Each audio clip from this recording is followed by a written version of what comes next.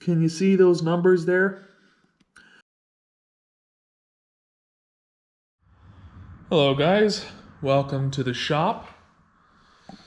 Today I have been asked to do a video on what to look for if you are buying an Aprilia SXV or RXV bike. I'm not going to include the MXV in this because if you're going to buy one of those, you probably already know what you're looking for. If you don't, I'm going to say it right now, don't buy it. It's not the bike for you.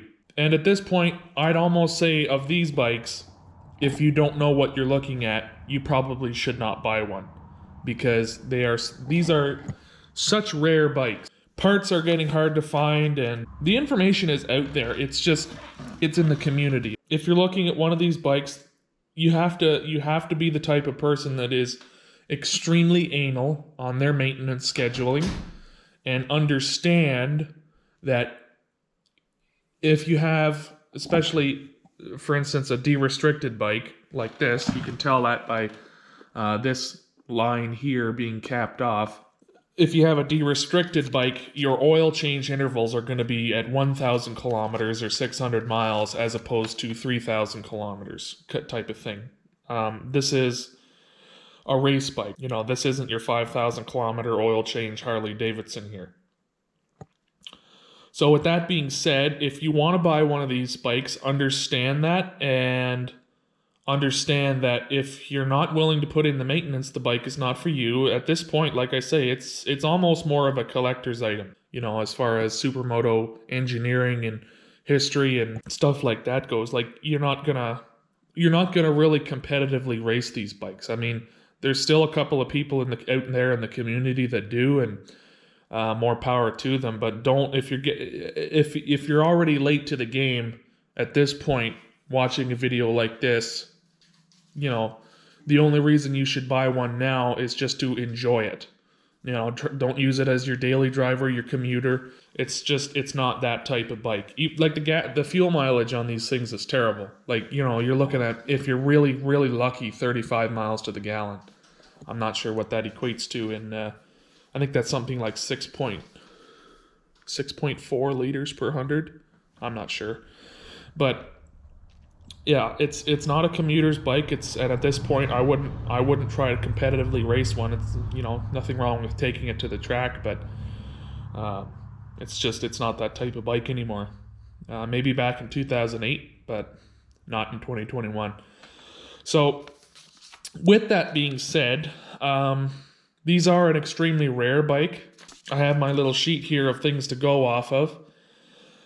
And one of the things I wrote down was a number that I had calculated actually, I think it was last year, of how many SXVs, RXVs, and MXVs were ever produced. And I came up with the total number of 14,474. Now, that number could be a little bit higher, but it's probably not lower. However, many of the bikes now have been parted out because people have crashed them, people have blew the engines out of them, whether it's, you know, that's been their fault or not, doesn't matter. Or just some people just say, you know what, it's not a reliable bike to begin with, so I'll just strip it for parts. And that's the saddest thing, I think, is when somebody just takes something that has nothing wrong with it and then just parts it out like it's completely worthless. That's sad to me. But anyway, yeah, 14,474. Now that's across SXV, RXV, and MXV, and that's all model years. Okay, that's 450s and 550s. So it is a very rare bike, and that's worldwide. Okay, that isn't just in America or Europe combined. Like that's China, Thailand, and Russia, and South Africa, and Canada, and Chile, and like that's worldwide. I forget exactly how many. There's a few more SXVs than there was RXVs ever made. I think there was something like 8,000 SXVs made, or pretty close to, and be something like 6,000 RXVs ever made. Now there was probably only 350 MXVs ever made, somewhere around that number. So like I say, if you're looking at an MXV, you already know what you're getting into, and if you don't, don't touch it. The problems with these bikes that you want to look for if you are going to buy one, if you're already looking at one, you're considering one, you want to buy it for a part of your collection or just have it as a bike to enjoy on the weekend. Number one thing, number one thing, the major issue with these bikes, and this is what they came from the factory like in 2006 and 2007 when these bikes' very first models came out, is orange case sealant. Can you see those numbers there? This is Aprilia 55SX, that stands for 550 SXV, and 05495. Okay, that's the number of the engine. And what that denominates, obviously, you know, the higher the number, the later the production. So I have a little chart here. There's a couple of things in this post that we want to talk about as well. So here's also talking about the updated starter gears in the underneath the ignition cover there. I believe the earlier models had a starter gear ratio that was I think it was too low or something. He talks about that in this post here. So RXV 450, now this is going to be different for 450s, 550s, and SXVs and RXVs, but all the numbers are here. So if you're looking at your engine number and you have an RXV 450, 2265 and up, the cases have been machined for updated starter gears. However, 2439 and up is when they were actually updated. And 3012 and under is the early style cases with the orange sealant. Okay, the orange sealant is the bad sealant. That's the stuff that does not work properly. And I think what happens, if I remember correctly, it allows coolant to mix with your engine oil, and that will blow your engine. So it's a ticking time bomb is what that is. And if you are trying to buy a bike that's a 2007 or earlier, and you will typically be able to figure that out if you're looking at the handlebar, right next to the starter button is a little choke button, and that's a yellow choke button off to the right. Now this one doesn't have it because this is an 08. And another thing you can tell is by the graphics. However, that's, you know, some people like to change out the graphics. So number one thing is if it has a choke button up at the handlebar there. Now these bikes are not carbureted, of course, they're fuel injected. What it is, it's not actually a choke, it's a high idle switch. And most new bikes, instead of having like this one as the 08 model, it has this knob on the side. But most new bikes will have a high idle on starting programmed into the ECU. Now this doesn't, so that's simply why it has that. But if the bike has been resealed, there's nothing wrong with the bike, okay? Just because it's a 2007 doesn't mean it's a bad bike. But you just want to make sure that it's been resealed and taken apart and looked at and rebuilt properly by somebody who knows what they're doing, such as Alan Noland or Cal 550 in the UK and Amari, I think, over there on the West Coast in California. There's several people in the community that know how to properly rebuild these engines. But if you're looking at a bike and you're thinking, oh, it needs an engine rebuild, okay, well, I can do that. No, you can't. Well, unless you've got experience with these bikes, in which case you're probably not watching this video, or you know, you've rebuilt a couple of engines and you do really know what you're talking about. But if it's your first or second engine rebuild, you know, I would say leave it to a pro. So back under the engine cases here, see right here where the split is? Okay, that's the kind of areas that you want to look to see if it has black or orange case sealant. Okay, this obviously has the black case sealant, so it's good. So that's the number one thing that you want to look at. So let's go back to the engine numbers, and some of these will determine whether or not it has orange case sealant. So 3000 for the 450 RXV, 3012 and under is the orange case sealant you have to look for. 3013 to 3827 early style cases with the black sealant. 3828 and up is new style cases with black sealant. Okay, then now the older style cases, versus the newer style cases are typically referred to as Type 1s, Type 2s, and Type 3s. Type 3 cases came typically on 2009 and up model bikes. And Type 2 cases, typically 2008. Type 1 cases is 2007 and earlier. One way you can look at if it's a Type 3, it has different style head gaskets than the Type 2s and previous. One way is near this water pump impeller. You want to look over by, see this vertical round portion here? I believe it's right there that the Type 3 cases are ribbed. Okay, so if it's got ribbing on either side of this little rounded part here next to the water pump impeller, but not on the clutch cover side here, then it's likely a Type 3 case with newer style head gaskets. Now the Type 2 and Type 1 cases take, from what I believe, the same head gasket. Let's go back to the engine numbers here. One more note about the engine cases. Just because it's a Type 1 or a Type 2 doesn't mean it's a bad engine. Okay, it just means that it's earlier style. There was like maybe 2 or 3 changes that they made that somewhat improved the reliability of the engine. Although at the same time, the Type 3 cases, the case walls themselves are actually thinner than the earlier style cases. But you know, if you want to get max horsepower out of the thing for longer periods of time, the thicker the engine casing, the better.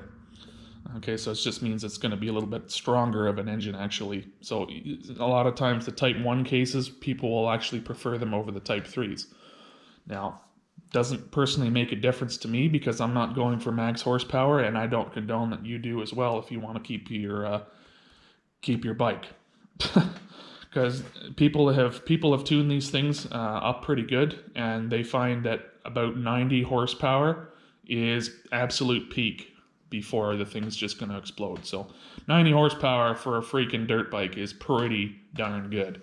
So we've covered the 450. Now the RXV 550, 1603 and up, cases are machined for the updated starter gears. Now if you have, say, RXV 550 1200, if you want to update your starter gears, if it hasn't already been, then you want to have it sent to a professional because the cases have to be machined. So 1723 and up, updated starter gears installed. 2436 and under is the early style cases with orange sealant. 2436 to 2956, early style cases, black sealant. So good. So if it's over 2436, then you probably don't have to worry about the case sealant. 2957 and up is the newer style cases with the black sealant. So 3007 Aprilia 55 RX would mean that mine it has the newer style Type 2 cases with the black sealant. Now for the SXV 450, 2074 and up, cases have been machined for updated starter gears. 2276 and up, updated starter gears installed. 2902 and under, early style cases with the orange sealant. So if it's under 2902, then it probably has orange case sealant. You need to look out for that. 2903 to 3331, early style cases with black sealant. 3332 and up is the newer style cases with the black sealant. SXV 550, 2522 and up, cases machined for updated starter gears. 2600 and up, updated starter gears installed. 4519 and under, early style cases with the orange sealant. 4520 to 6836, early style cases, black sealant. 6837 and up is the newer style cases with the black sealant. This engine could very well be a Type 1 style case engine. So basically the same style case as the early 07 models. Nothing wrong with that. Now the RXV would be probably a Type 2 case. Yeah, nothing wrong with that. So that's the engine numbers that you want to look at for the orange case sealant. Now, okay, I've spoken enough about the orange case sealant. Let's talk about the number 2 problem people complain about with these bikes, and I think is just completely absurd, is the starters. Now, as long as you have what we've talked about, the updated starter gear, then there's nothing to worry about. Unless, of course, you're also still running off of an old engine map from 2007 previous, where the bike had no automatic cutoff for turning the starter over, so basically you'd be able to turn the bike over continuously. Now with 08 and up models, generally speaking, you'd be able to, when you press the engine start button to turn it over, it'll only go for 7 seconds before cutting off, and then it has to cool down for a bit, and then once it cools down, you can start it again. When it's working properly, I've never had it, unless it's like extremely cold out, like 0 degrees, never had it not start within that 7-second timer. So if you have a bike and it has a bad starter, chances are that you also should update your engine map.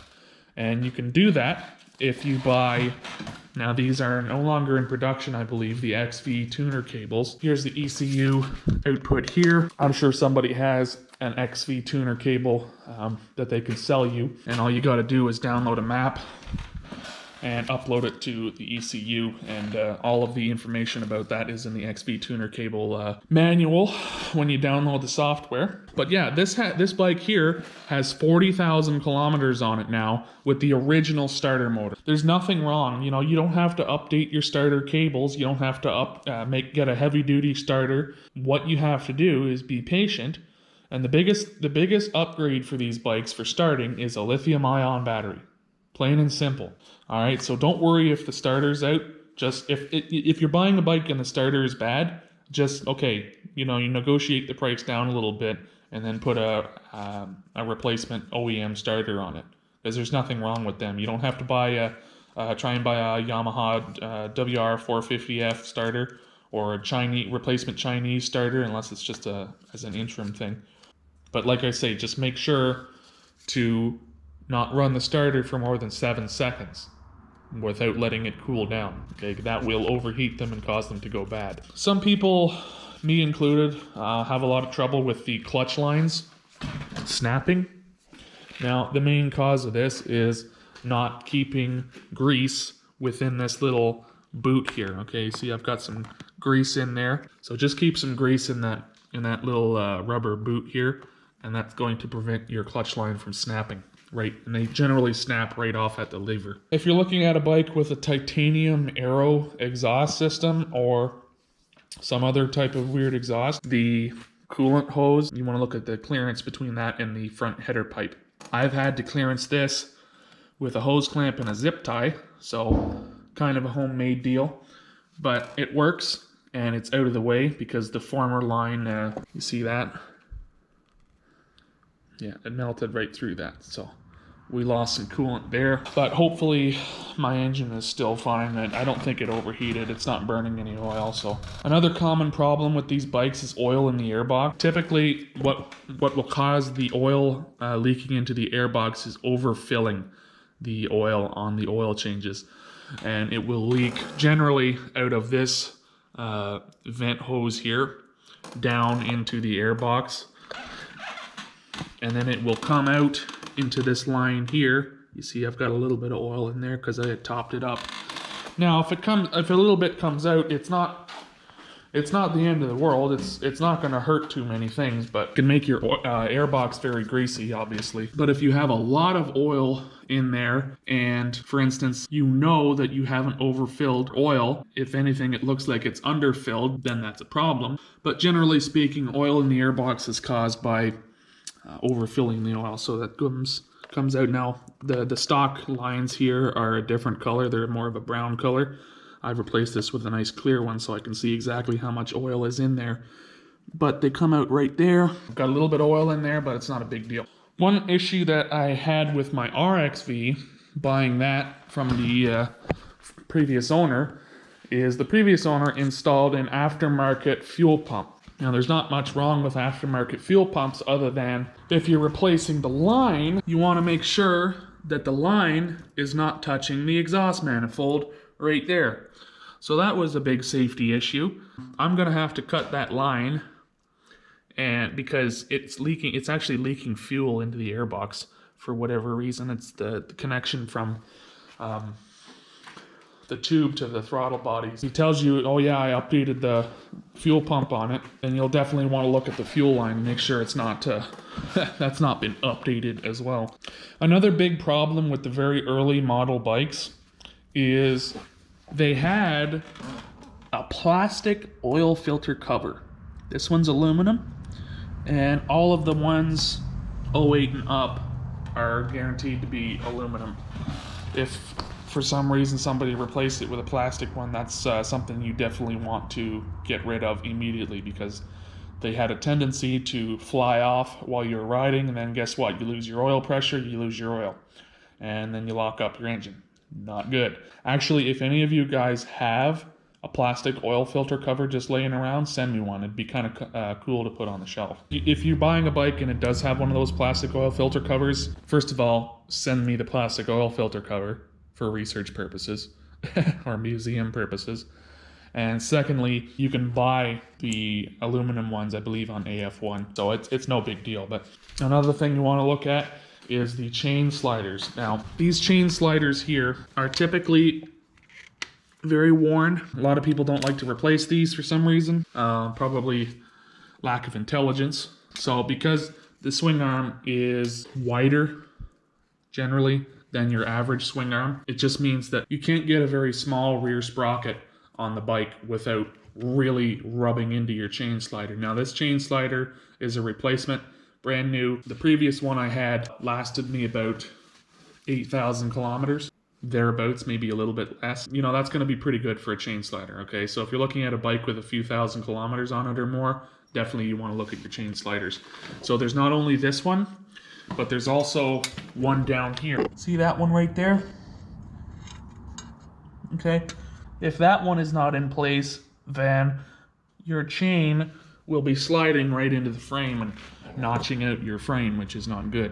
The maximum front tooth you can get on these is about 17 if you're real lucky. Yeah, 46 I think is about the minimum amount of teeth you can have on your rear sprocket without it really affecting your chain slider. You want to look at that. If the guy's got a 43 tooth sprocket on the rear, it's too low, and you probably have already rubbed through your chain slider very quickly and marred up and cut into your swing arm and your frame, probably. Another thing to look at is the plate brackets. A lot of people modify them. I have found there is not a single aftermarket company, unless it's somebody within the community making them, there's not a single aftermarket company that has made a proper plate bracket for these bikes that does not break. Due to the vibration, now this is a custom one that I made and it's not quite straight just because I literally made it within 15 minutes because I had to ride somewhere. But I've had this on for over a year now. But yeah, due to the vibration, these things just break right off. But this one I just made out of a piece of sheet metal and 16 gauge, and it has lasted me pretty good. So that's one thing you want to kind of look at. You want to look if it's broken off or modified or it has cracks on it. It's not a huge deal. Most of the problems with this bike is not a huge deal. The only huge deal obviously is the case sealant and the starter gears. Other than that, really, these bikes are very reliable. One problem that I had when I bought this bike was coolant in the gearbox oil. That is caused by the water pump impeller shaft or the timing shaft. There's a seal on the water pump side of things. Now there's actually two of them, but if one of them goes out, it will leak coolant into your gearbox oil. And obviously that's not good because then you lack lubricity and your gears will wear out and your bearings and on your whole transmission basically. And when I bought this bike, that was the problem, and I basically needed a brand new transmission. That cost me money, I tell you. So one way you can check that is take off your gearbox oil fill hole. Take it off, look at the cap. If the oil looks milky, like it's like a light brown or a light gray color, smell it. If it smells like gear oil, oof, it smells like gear oil, it is gear oil. However, if it smells sweet, kind of like a sugary smell, then that's probably coolant. And if you have your finger, kind of tuck it in there, look at it. If it looks green at all, typically most antifreeze is green. So if it looks green, then obviously you probably got coolant in there.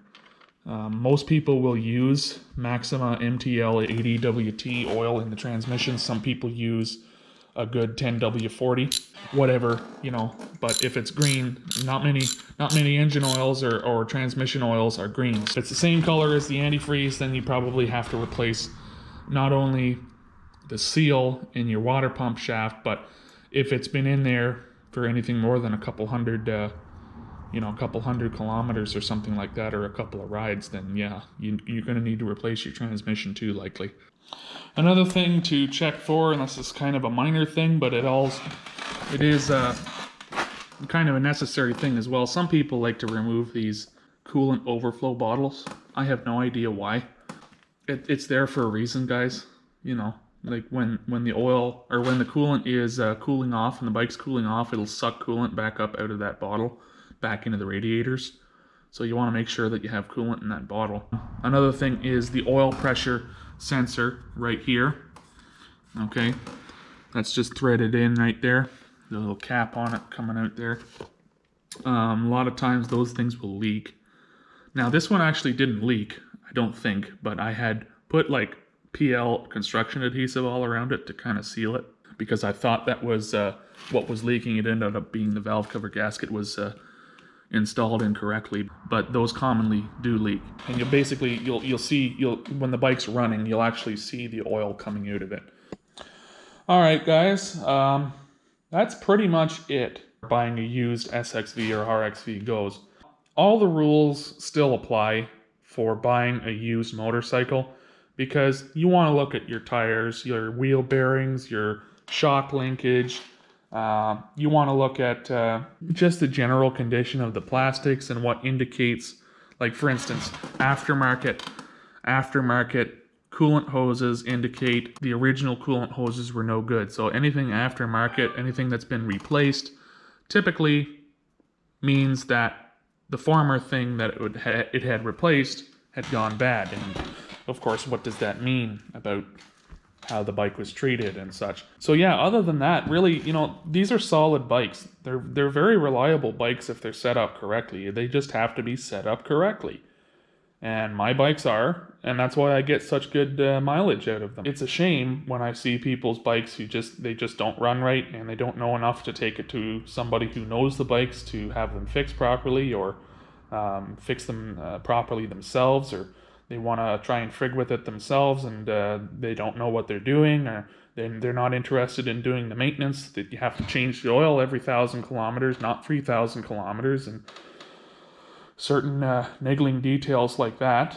But yeah, like I say, if you're interested in buying one of these bikes at this point in time, don't expect to try and win any competitions with it unless you're already in the community in regards to that.